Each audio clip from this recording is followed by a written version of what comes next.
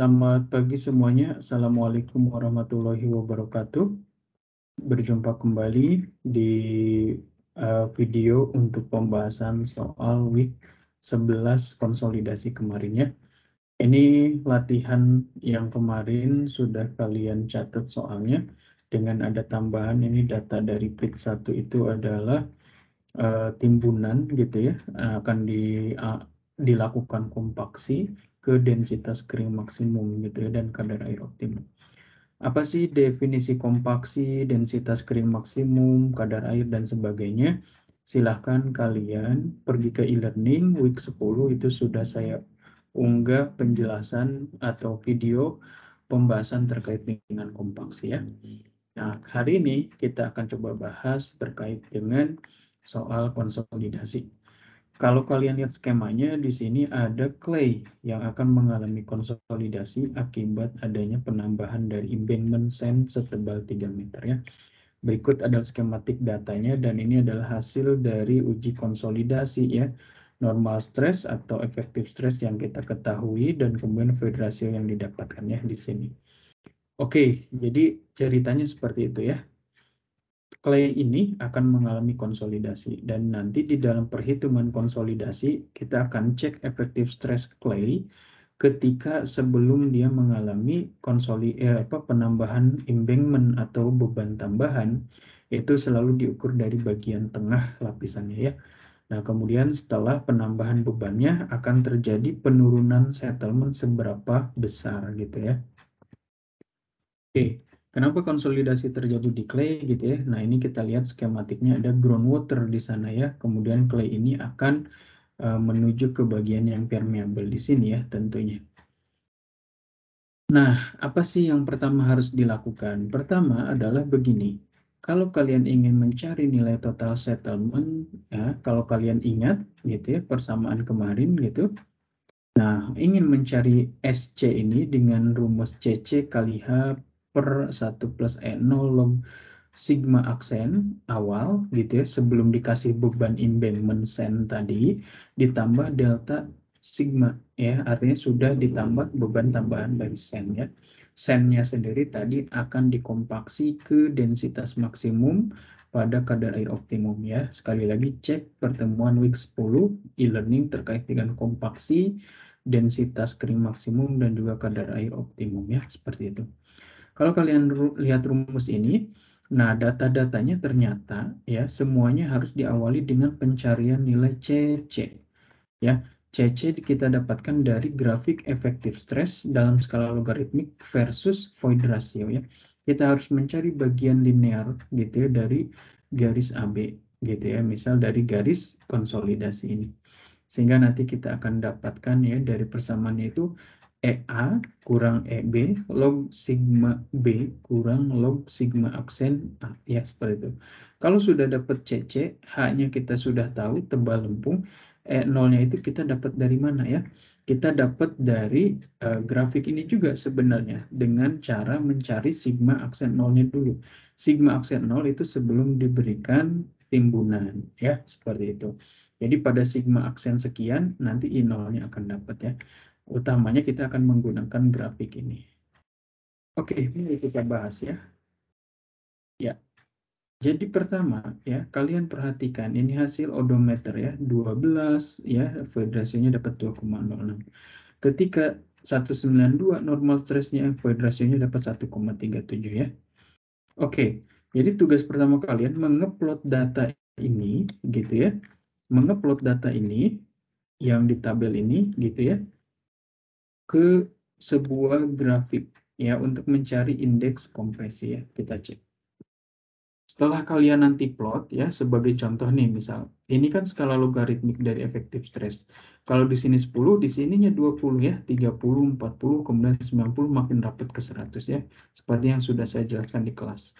Void ratio itu dalam skala linear, berarti kita punya 1,1 di sini 1,3 di sini ya 1,5 dan seterusnya. Oke, sebagai contoh, normal stresnya kan 12. Oke, nah efektif stresnya maksudnya. 12 kan ada di mana? Di sekitar sini ya. Ini kan 10, ini 20. Kalian harus pakai log. Nah, dia ternyata 2,06 di sini ya. Nah, contoh berikutnya.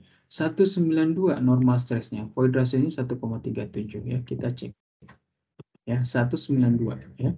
192 berarti ada sekitar di sini ya. Nah, sekitar di sini kemudian dia akan dapat efek void ratio-nya 1,37 ya. Nah, itu semua diplot. Ini adalah titik-titik plot hasil pengujian. Kalian buat dalam sebuah grafik akan mendapatkan seperti ini ya. Sehingga kita akan mendapat bagian linear gitu ya pada AB ini. Nah, bagian linear ini setelah kita cek, kita dapat gitu ya pada kondisi E-nya itu adalah 1,96. Nah, 1,96 terjadi pada normal stressnya 48 ya. Ingat sekali lagi cari bagian linear dari garis ini ya, itu kuncinya ya. Nah, 1,96 kemudian adalah 1,1 di titik B gitu ya. Nah, kalau dia E0-nya 1,1 di sini gitu ya. Nah, berapa sih di sini ya? Sesuai data aja ya. Kalau yang 1,1 dia 384 ya. Sehingga kita akan dapat ya 1,96 kurang 1,1 bagi log 384 kurang log 48. Sesuai rumus yang pernah kita bahas di slide sebelumnya ya. Sehingga indeks kompresi kita dapatkan adalah 0,95. Nah, berikutnya kita akan menggunakan data dari hasil kompaksi ya. Bagi yang bingung apa itu kompaksi, apa itu dry density maksimum, apa itu kadar air optimum, silahkan sekali lagi buka video pembahasan di week 10 terkait dengan kompaksi ya. Cek e-learning kalian. Nah, raw dry dari sennya kita dapat 1,85 diberikan dalam soal ya. Dan kemudian kadar air optimumnya tadi 16,8% ya, ingat. Jadi kita ubah menjadi 0,16 ya. Sehingga nanti rho-nya kita akan dapat 2,16 gram per centimeter kubik. Nah, sigma aksen di sini gitu ya. Itu kenapa 21,2? Karena begini, ini kan sen itu tambahan beban ya, embankment. Kenapa dikali 3? Ingat ya. Di sini kan adalah sigma ya, kalau kalian ingat. Jadi dalam hal ini total stresnya itu adalah sigma aksen ya. Jadi nggak ada tekanan air porinya nih, ceritanya 0 tekanan air porinya. Karena dia tidak terendam air ya. Ingat, ini posisi muka air tanahnya segitiga terbalik. Nah, dari mana 21,2? Ini kan rho, density dari sen. Nah, kalau kalian pengen punya berat isi kan density kali gravity. Jadi 2,16 kali 9,81. Kalian akan dapat nilai 21,2 kilonewton per meter kubik untuk berat isi dari timbunan sen yang dikompaksi ke densitas dry maksimumnya ya, seperti itu. Nah, kenapa dikalikan 3? Karena ini tebal dari sennya ya.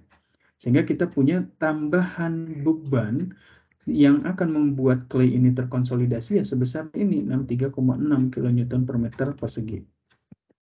Sebelumnya kita harus menghitung terlebih dahulu berapakah efektif stres di clay pada kondisi original ya, pada kondisi ketika dia belum dibebani oleh sen. Jadi belum mengalami konsolidasi.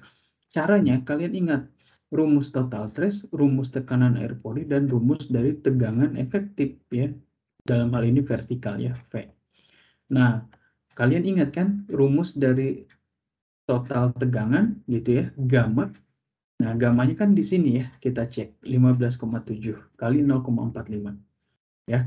Kenapa yang sennya nggak ditambah, Pak? Ingat, sekali lagi dalam keadaan sebelum dikonstruksi, belum ada tambahan beban. Nah, belum terjadi konsolidasi. Yang menyebabkan konsolidasi adanya penambahan beban ini. Jadi ini nggak diikut sertakan. Ini adalah delta sigma, tambahan beban. Oke? Yang akan kita cari adalah sigma aksen origin sebelum terjadinya embankment. Nah, kenapa 15,7 kali 0,45? Ingat, ya konsolidasi akan kita ukur pada sebelum konstruksi itu di bagian tengah suatu lapisan. Nah, titik A ini, gitu ya, tengah lapisan lempung, itu akan mengalami pembebanan, gitu ya, dari lapisan ini, topsoil, ya. Jadi kita punya 15,7 kali 0,45. Ditambah 4,25 nih ya, kedalamannya, 8,5 bagi 2 ya. Dikalikan 15, ini kan diketahui ya di dalam data. Sehingga kita akan mendapatkan 70,9 kN per meter persegi. Tekanan air porinya kenapa Pak dikali 4,25? Ingat, ya segitiga terbalik ini adalah posisi muka air tanah, ya. Posisi muka air tanah. Kebetulan di sini setelah diukur 4,25 ya, tinggi kolom airnya. Kalikan gamma dari air yaitu 9,81 ya. kilonewton per meter kubik. Kita akan dapatkan tekanan air porinya 41,7 kilonewton per meter persegi. Sehingga sigma aksen awal sebelum terjadinya pembebanan akibat dari sen itu adalah 70,9 kurang 41,7 ya. Jadi sigma aksen itu adalah sigma total kurang dari tekanan air pori. Kita akan dapatkan 29,2 kilonewton per meter persegi. Nah, selanjutnya kita bisa memasukkan ke rumus yang sudah saya jelaskan di slide sebelumnya. SC sama dengan CC kali H per 1 plus N0 log sigma aksen awal plus delta sigma bagi sigma aksen awal ya. Nah, di sini CC sudah dapat ya tadi di slide berikut sebelumnya 0,95. H itu kan adalah tebal dari lempung ya sebelum mengalami konsolidasi 8,5. Nah, kemudian sigma aksen 0 artinya tegangan efektif awal berapa yang ini 29,2 tadi ya, seperti itu. Nah, ini juga sama. Delta sigma itu adalah tambahan beban akibat apa? Akibat dari sen tadi embankment 63,6. Lantas 0 itu dari mana Pak? Ingat ya, sigma aksen 0 itu adalah 29,2. Kalian lihat lagi ke grafik. Nah, di sini kalau kita punya 29,2 ini kan 10, ini 20 ya. Nah, ini 30, 29 di sekitar sini. Nah, 29,2 kalau kita tarik ke atas gitu ya, itu persis ada di nilai 2. Ya, sekali lagi. 10, 20, 29,2. Kan 29,2 tadi adalah original effective stress-nya ya. Nah, di sini ke grafik ini kalian akan dapat I0-nya itu ada di 2 ya. Oke, jadi setelah itu dapat kita E0-nya 2. Nah, silahkan dihitung sehingga akan terjadi total settlement dari lapisan lempung akibat penambahan embankment sen itu sebesar sekian ya, 1,354 meter ya. Demikian penjelasan untuk latihan soal. Terima kasih ya. Selamat pagi semuanya. Wassalamualaikum warahmatullahi wabarakatuh.